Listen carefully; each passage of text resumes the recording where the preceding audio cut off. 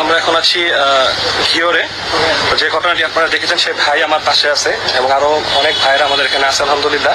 এই লাইভে জানবো আসলে মূল ঘটনাটা কি হয়েছে এবং এই ভাইয়ের এখন দাবি কি এবং ভাই কি জানতে চাচ্ছে এটা আমরা জানবো। অনেক ভাইরা কিন্তু যে ভিডিওটি আপনারা দেখতে পারলেন বর্তমান সারা বাংলাদেশে সোশ্যাল মিডিয়ায় তোলপাড় করে চলতেছে। অর্থাৎ একজন ব্যবসায়ী দাড়ি ধরে টান, অর্থাৎ সে একজন দেখতে আলেমের মতন, কিন্তু আলেমকে অপমান করা বড় ব্যাপার নাই, ব্যাপার হচ্ছে হলো রাসূলের সুন্নাত নিয়ে টেনে ধরে তাকে মারধর করা। ঘটনাটি ঘটেছে মানিকগঞ্জের ঘিওর উপজেলায়। আসলে এখানে কি হয়েছিল, মূল ঘটনা কি, আজকে সেই ব্যক্তির কাছ থেকে আমরা বিস্তারিত বিষয়টা জানবো। তাই রিকোয়েস্ট করছি না টেনে সম্পূর্ণ করবেন এবং ভিডিওটি অবশ্যই বেশি বেশি করে শেয়ার করে দিবেন।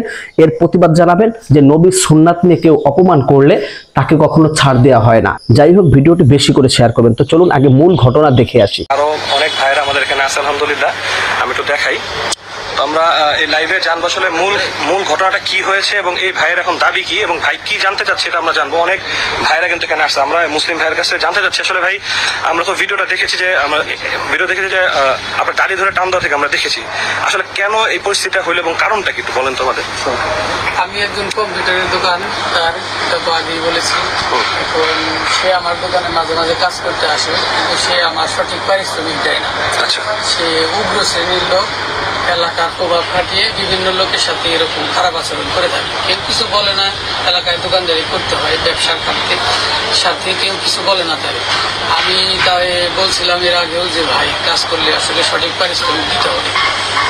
এই পরে থেকে আমার সাথে একটু মনোমালিন্য। সে গতকালকে আসছিল আমাকে লাঞ্ছিত করার জন্য। এই উদ্দেশ্য নিয়ে এলোমেলো কতগুলো দলিল, ওটা আসলে উছিলা ছিল। গতকালকে কাজ করাইছে, উছিলা ছিল। এখন ওই উছিলায় আসতেছে, সে আইসা আমাকে ওই এলোমেলো কাগজ দিয়ে খারিজ করে দিতে বলে, খারিজের আবেদন করে দিতে বলে। আমি বলি যে এলোমেলো এইসব কাগজ দিয়ে তো আসলে আবেদন হয় না, আপনি আপনাকে গুছিয়ে দেন এবং কোন কোন দাগ থেকে আপনি কত শতাংশ খারিজ করবেন এই লিস্টটা আমাকে দেন। তারা 2 ঘন্টা যাবত নিজেদের জমি তারা নিজেরাই বলতে পারে নাই যে আসলে সে কোন দাগে থেকে কত শতাংশ জমি পাবে। সে যদি যার জমি সেই যদি না বলতে পারে, আমি কিভাবে তারা আবেদন করি? আমি আবেদন করে দিতে ব্যর্থ হয়েছি।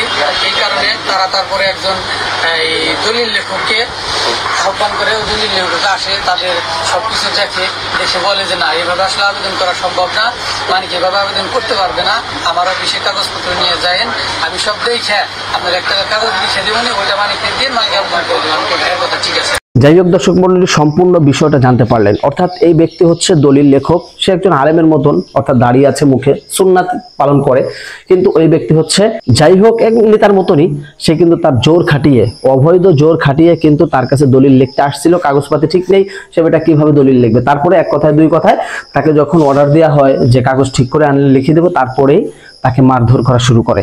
অর্থাৎ তার জোর দেখিয়ে মানুষের জমি দলিল করে খাওয়ার চিন্তা ভাবনা করতেছে। তারপরে হচ্ছে সে নিষেধ করার পরে এই কাহিনী হয়েছে। যাই হোক, আমরা এর উপযুক্ত শাস্তি চাই এবং নবীর সুন্নাতকে অপমান করা, একজন হুজুরের গায়ে হাত দেওয়া, এই অপমানের শাস্তি অবশ্যই তার মূল্য দিতে হবে। তো তৌহিদি জনতার কাছে আমার একটাই রিকোয়েস্ট, সবাই ভিডিওটি শেয়ার করে দিবেন, মূল বিষয়টা সকলকে জানার সুযোগ করে দিবেন যে মানুষ ক্ষমতায় না যেও কিভাবে ক্ষমতার অপব্যবহার করার চেষ্টা করে।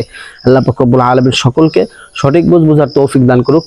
তো সম্পূর্ণ ভিডিওটি মিলে আপনার মন্তব্য জানাবেন। ভিডিওটি ভালো লাগলে লাইক এবং শেয়ার করবেন। আসসালামু আলাইকুম ওয়া রাহমাতুল্লাহি ওয়া বারাকাতুহু।